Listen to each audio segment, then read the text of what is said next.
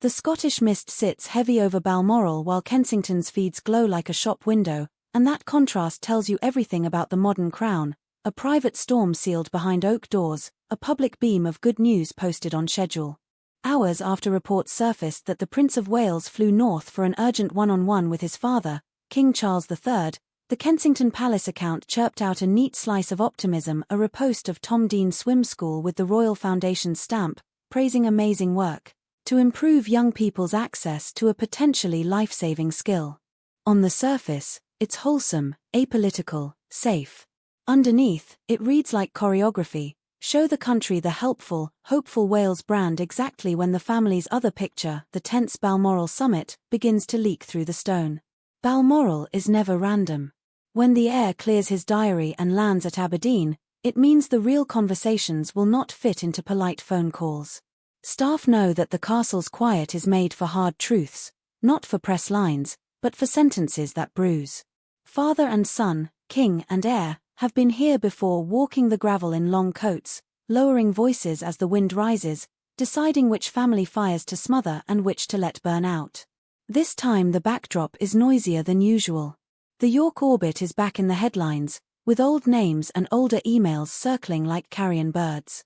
Sarah Ferguson's history with Jeffrey Epstein refuses to stay buried, Andrew's shadow lengthens any time it is mentioned, and every mention forces the question none of them can stand: how much stain can an institution survive before the public stops pretending not to see it? So you get two scenes in one day. On the phone in London, an Olympic champion, Tom Dean MBE, lending star power to a project that teaches children not to drown, a campaign impossible to attack, engineered to trend for the right reasons, wrapped in the Royal Foundation's competent gloss. Up north, the heir stepping into rooms where the portraits of previous monarchs watch as if they remember their own firefights. The Wales's Post says life-saving skill and everyone nods, the Balmoral agenda says reputation-saving choices and everyone stiffens. The split is deliberate, or at least useful. It says, while we repair in private, we deliver in public. It says, the machine still works. Insiders have whispered for months that the temperature between Charles and William fluctuates, warm on camera, colder when the subject turns to how ruthless the crown must be. William favors the clean line, the fast cut, the brand that visibly refuses compromise. Charles favors preservation, explanation, the instinct to hold history even when it scratches. Anyone who followed the ivory argument knows how philosophical this gets.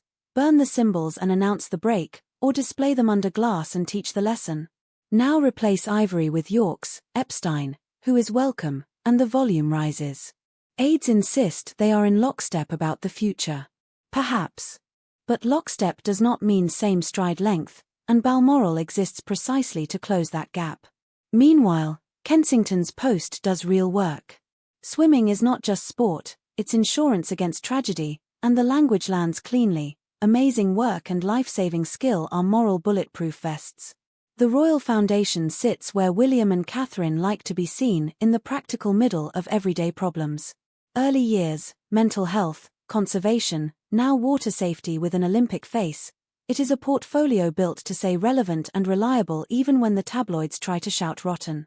That is why the timing matters. When a private meeting threatens headlines about discord, you counter-program with a story that refuses drama and invites applause.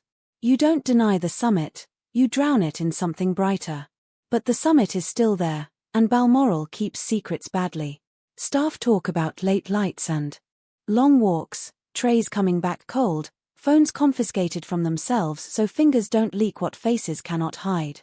The list on the table writes itself. What to do with the York mess when the public can quote dates and emails?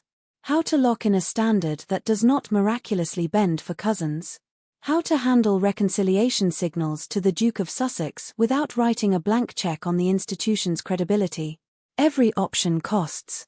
Exile offends family, lenience offends voters.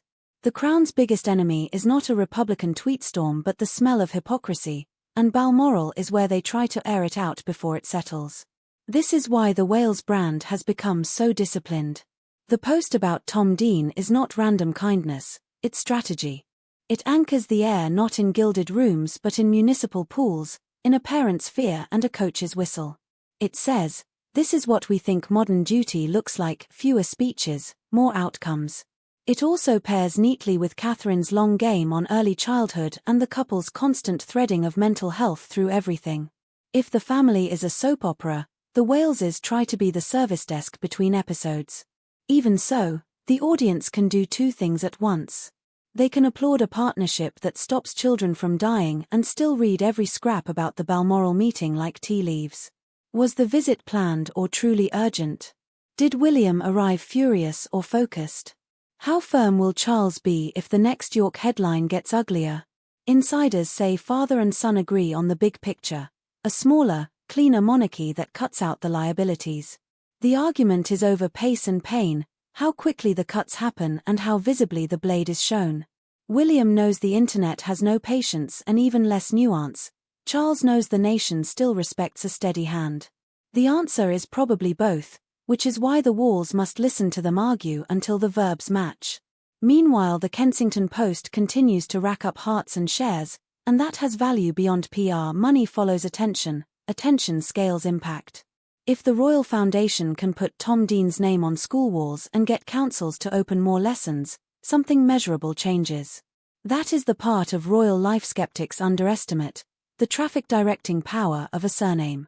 It doesn't fix Balmoral, but it does justify its existence to people who would otherwise roll their eyes at a family with castles. That balance, usefulness buying permission for ritual, is the only balance that still works.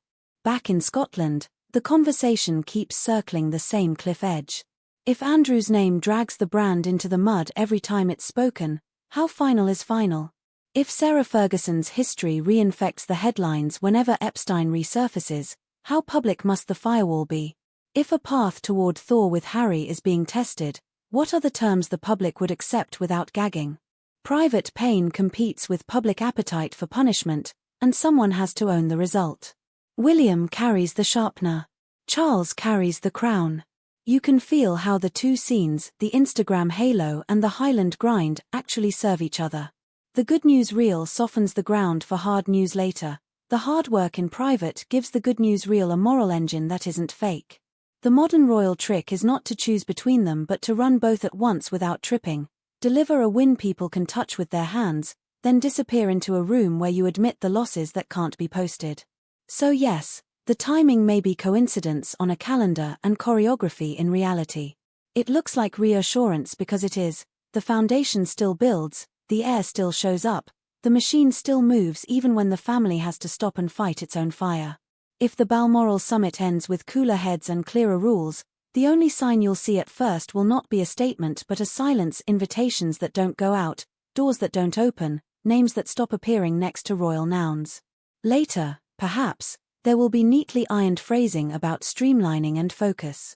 The public will translate it instantly: lines have been drawn. Until then, the double exposure continues. Kensington posts another clip from a sports hall or a school pool. Balmoral swallows another night of debate. One picture says relevance, the other says resolve. Together they tell you what the monarchy has learned the hard way: survival now depends on doing something useful in the morning and something ruthless after dark.